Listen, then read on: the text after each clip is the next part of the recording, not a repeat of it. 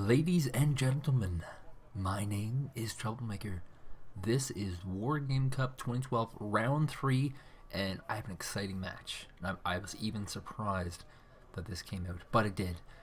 As an opening match to Round 3, we have the NATO player, who will no doubt lose. His name is L0rdG4m3r, spelled with all kinds of weird numbers. And the pact player, Komaromi. Haven't seen a game from him posted this entire tournament, so this is actually exceptional to see this game. Now keep in mind, this is Hell's Highway. Hell's Highway is often regarded as the very cheesiest, very rushy style map. It's got a very simple layout. Going from Komaromi's perspective, he starts off with Foxtrot, and this gives him a position to leverage Echo and maybe Delta. The same is true over here of the opponent, Bravo and Echo. And so the main battleground will either be along this line here, actually at Echo, or most unlikely along this line here. Very rarely we see a fight for this, and a lot of times when one opponent takes Echo, the other opponent will just take the base that's furthest away.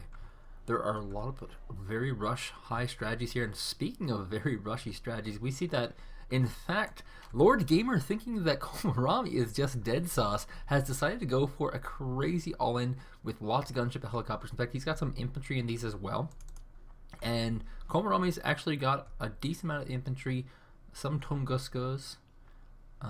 Most of his units have anti-aircraft. He has a Dana, an early Dana, and he's got all these units split up, which might hurt him a little bit. This is a lot of aircraft units, and so it's going to be very interesting to see how a high-rated player like Komaromi, probably number 2 in the world, would do against something like this. And so here we go. We have lots of helicopters swarming in, and they are staying all grouped. We have a flying helicopter command. I wouldn't even do this. Why would you?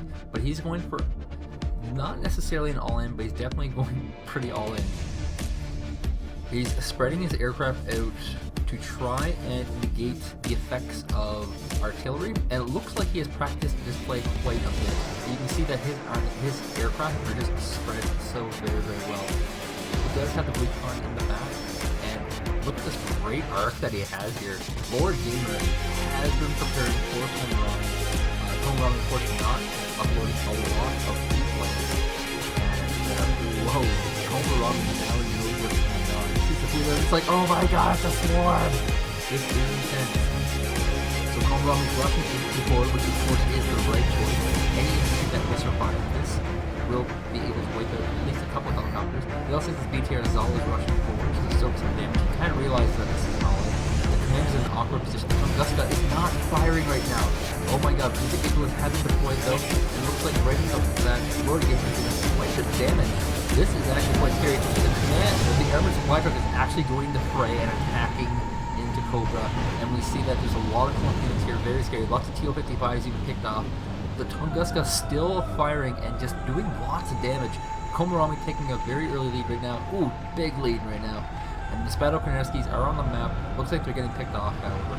And Komaromi, his Tunguska is actually out of long range ammunition right now. His Eagle will take down this helicopter right here, leaving a much, much smaller army. But L0rdG4m3r getting some big hits, getting some really powerful.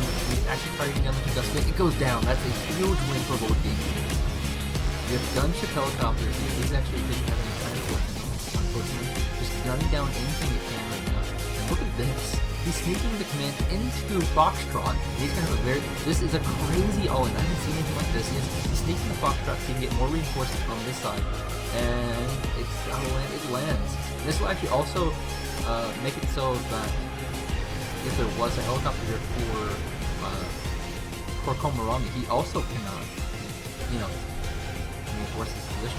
So we see a lot of units are routed and running away. Still lots of Apaches up. Lots of Hogs. Looks like they all need to be refilled though.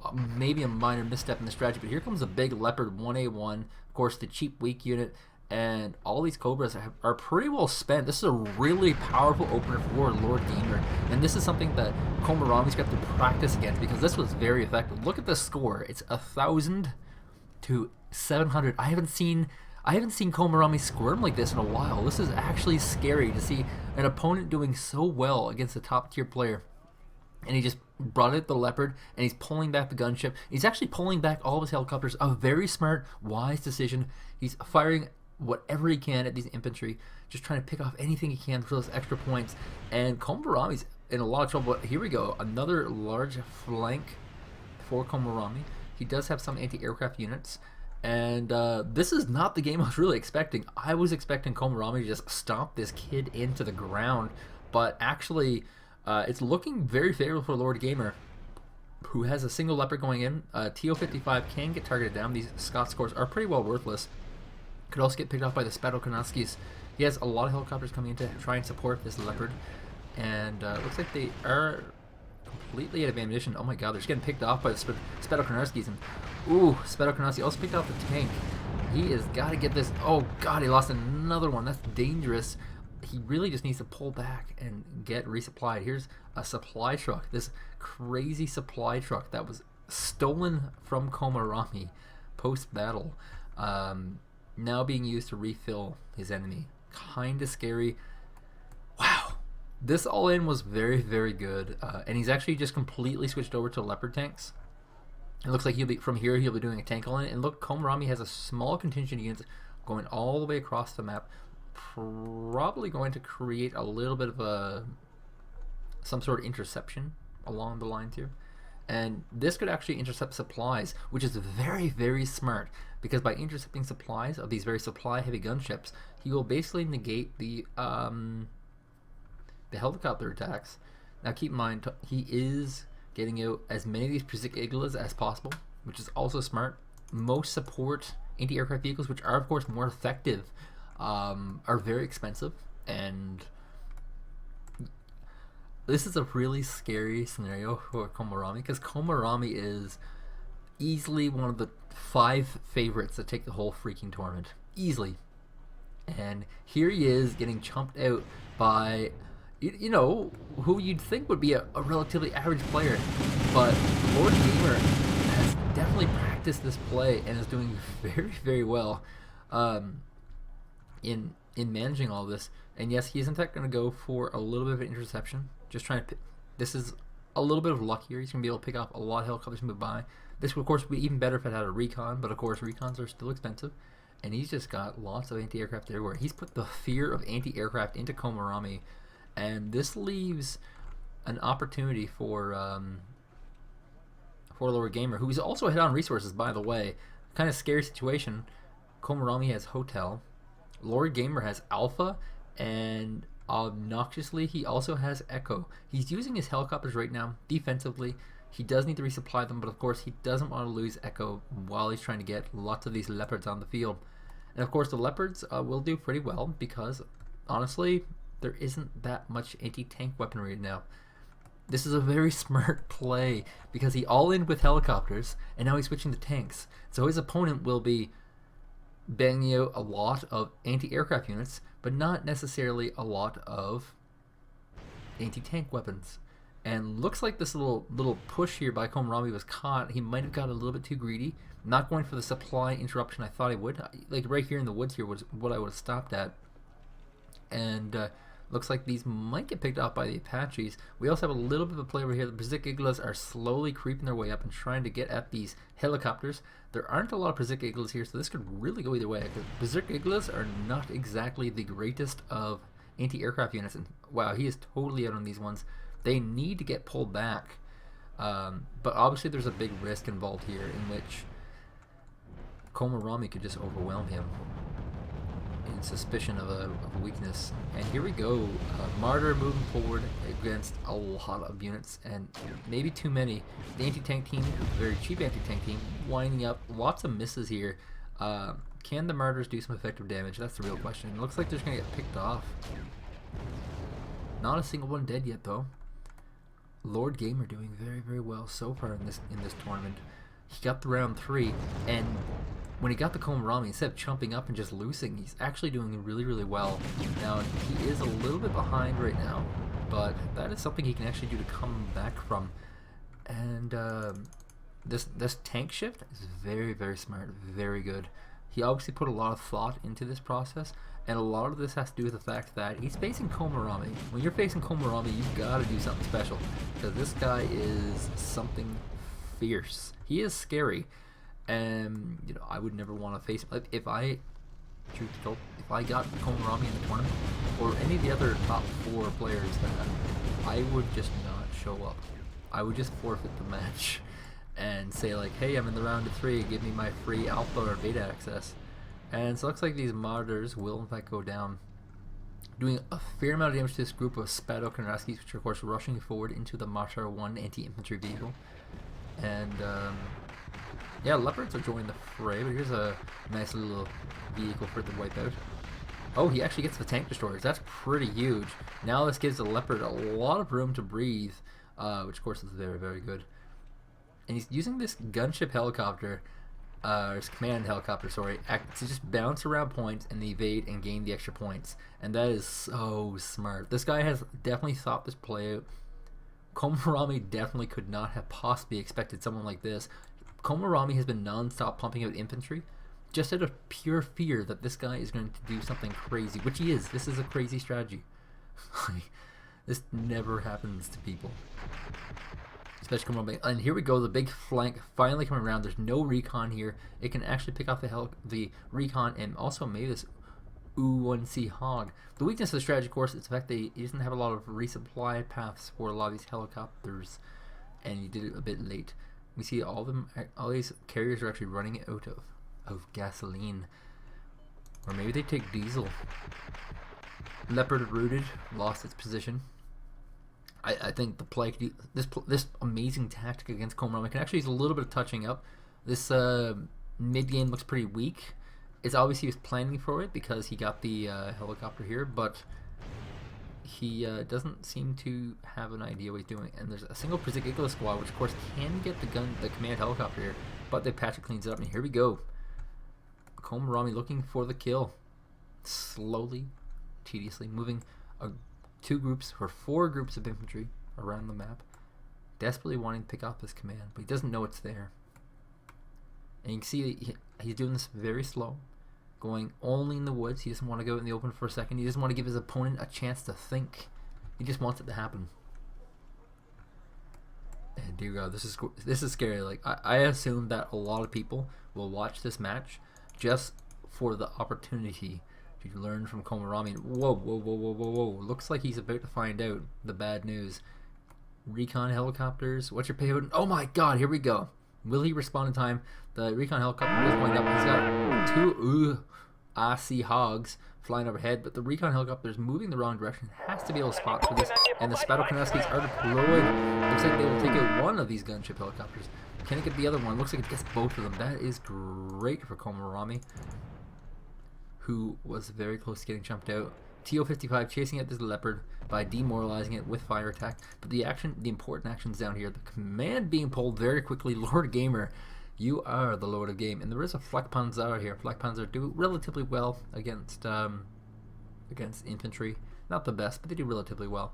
And you can just run this command away, which is of course smart. Infantry are relatively slow to travel across the map. And these are actually a group of also motostrelcies. Very specific planning, and all of the helicopters being pulled back actually to try and deal with this giant army of infantries. And it's entirely possible that the strategy here deployed by Komaromi will actually be just wiping these commands. It looks like another helicopter down. Komaromi suddenly getting back in the lead. He has taken the FOB, which is huge. These gunship helicopters, of course, are useless until then. We have some Pattons. Interesting choice. Pattons, of course, are the heavy armor tanky tank, and do relatively well against nothing. They're basically soak damage for when you do pushes. And this is a little bit of an awkward situation because without this FOB, the helicopter army of Lord Gamer is dead sauce. And keep in mind, Lord Gamer has a lot of expensive units, but he doesn't have a lot of units. He only has these helicopters and a single tank. Well, and these 4 brand new tanks. But not a lot of units. And kind of bad. This helicopter is out of fuel in the most awkward freaking position possible. This pilot must be like, well, I gotta land somewhere. Might as well land here. Looks like a nice little tropical paradise. Nice little tropical paradise for me to land at. Is that a fence? Are you kidding me? We're out of fuel. We're out of fuel. It's not a tropical paradise. It's a freaking fence here. It's got barbed wire. I'm not leaving my helicopter. Someone come and refuel me. And drive over this barbed wire fence. And what do we have here? Another scout moving around. Look at this weird unit, the AMX-10 RC Recon. I have actually never, ever actually seen this recon unit. But look like it's trying to do a little bit of damage. This wave of infantry all inning from Komaromi, just throwing any infantry he can at the enemy. Of course, the enemy doesn't have much of a position left. It looks like he's deploying, oh, nice, this little town here. He's going to cut off all reinforcements with that. So smart, so smart. And lots of tanks here to greet these infantries. He's just hoping so desperately to get into one of these little homes, one of these little houses, possibly this one with the red car. Looks like a European vehicle to me. Just the proper amount of blandness to it.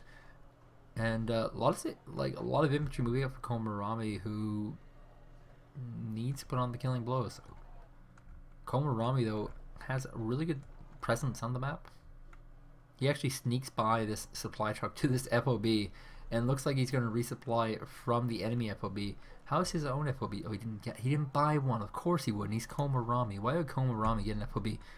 And the recon coming in looks like it finds a moto Strelki. Whoa. Gudgeon helicopter might go down. Moto Strelki takes it the recon, and wow, this Moto Strelki is definitely paying itself off, as the helicopters might also go down. These oh my god, oh my god, that is crazy. He's got a helicopter. This is paying off very heavily, and he's got the tank. So this group of Moto Strelki definitely paying off. Very strong start for Lord Gamer, but looks like it's all pretty well falling apart right now. Loses a patent. Oh my god, no. He might lose a second. He loses 2 patents? Are you kidding me? This is your hero Moto Strelki. 3 patents. It could get a 4th one. Could get all 4 patents. That would be insane if it did. Insanely imbalanced, keep in mind. And no, the 1 patent does survive. Support from helicopters pays off. We have lots of anti-aircraft units winding up, wanting to desperately get this Sea Hog, or this Chinook helicopter, and he's actually resupplying his helicopter with a helicopter because he needs to be able to move it around. Sad. So seeing the very powerful success of having a group of units in this little town here, he's actually moving another group of infantry forward, and come on, deploy! Deploy, and we go. This patent will get killed off, leaving really nothing for Lord Gamer, who has played a very phenomenal game, but unfortunately it looks like his days are numbered. Lots more helicopters coming in, of course. By this point in the game, lots of anti-aircraft available for Komaromi, and looks like he's going to go for command snipes. It is set on destruction mode, which means that all commands must die in order for a win to be declared, or the highest point score. And he's just going to try and go for commands. And looks like he's got caught. And looks like he's left the game. Komaromi convincingly beats this 1500 rated level 18 player. But, you know, like, oh, Lord Gamer. That is good. That was, wow. That was phenomenal.